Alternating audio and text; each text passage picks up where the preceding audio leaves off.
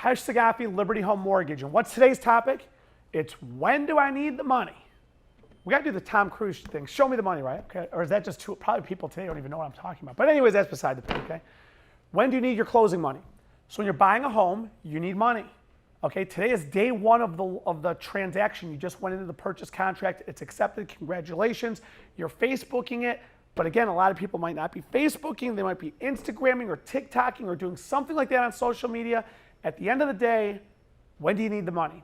So you're buying a house today for $100,000 and you need $5,000. You're not closing for 30 days.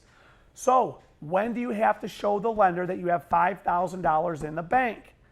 Here's my answer. You ready for this one? You're gonna love this video. This is the part of the video that the viewership probably drops way off. Here's the answer to the whole video. Sooner than later and as soon as humanly possible, okay? Realistically, what I tell people is you wanna have the money in your bank account realistically, please God, at least 10 days before closing. If you can get it into your bank account 10 days before closing, at the 10-day mark, it's in there, you'll save me from wanting to quit the job and, lose my mind, okay? Most people do not get the money in their bank account until, Lord knows, the day before closing, which makes us and turns us into absolute lunatics. That's why I need to do a video on why is Khash a nut, okay? 24 years of doing this, that's what sort of will turn me into a crazy person, okay? You need to have the money that you're bringing to close at the table. You need to have it in your bank account realistically 10 days before closing. You want it as soon as possible. In a perfect world, you've got the money in your bank, mind you. If you tell me it's in savings, you typically can't really wire money out of savings accounts.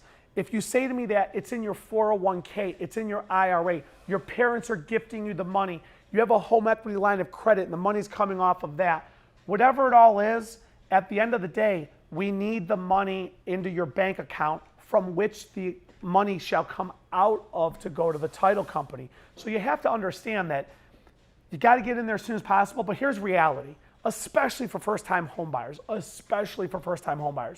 You don't have the money. It's in your 401k. Some people have to save the money. So some people out there will say, Khash, I've only got $1,000 in the bank. My take-home check is $4,000 per month. I live with my parents. I don't have any bills, so I've got to save up the money through my paychecks. So I'm sitting here saying, hey, if you need $8,000, and let's just pretend you have zero in the bank, but your take-home is $4,000, over the next 2 months, you're going to have the $8,000. Now keep in mind, this is why that math never works out, okay? And this is why we need to detail out when you have to have the money, is that you're driving down the road and your tire blows on your car.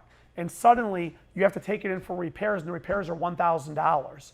So you were sitting here saying, Khash, it's going to come from my paychecks from work. This is simple. Then all of a sudden your tire goes, here goes $1,000. Suddenly the money you had in the bank just went down by $1,000. Or you saw something at the store, you bought something.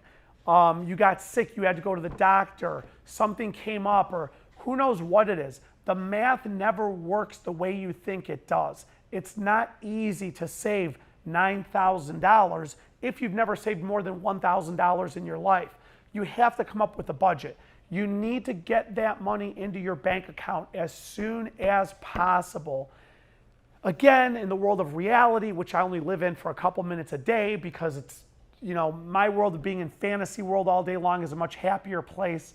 I keep my sanity just a little bit longer across the day. That helps me out a little bit. And you've got to make sure, for most people, the money comes in late. You want to try to really get it in there 10 days before. When you're getting the money into your bank account 1 or 2 days before closing, just prepare. You better have a lot of control when the anxiety kicks in and your blood pressure goes through the roof and things like that. When it comes to having the money, it's got to be there sooner than later. Set up time frames and a timetable by which you're going to have it, and make sure you're subscribing to my other videos, and we'll catch you on the next one.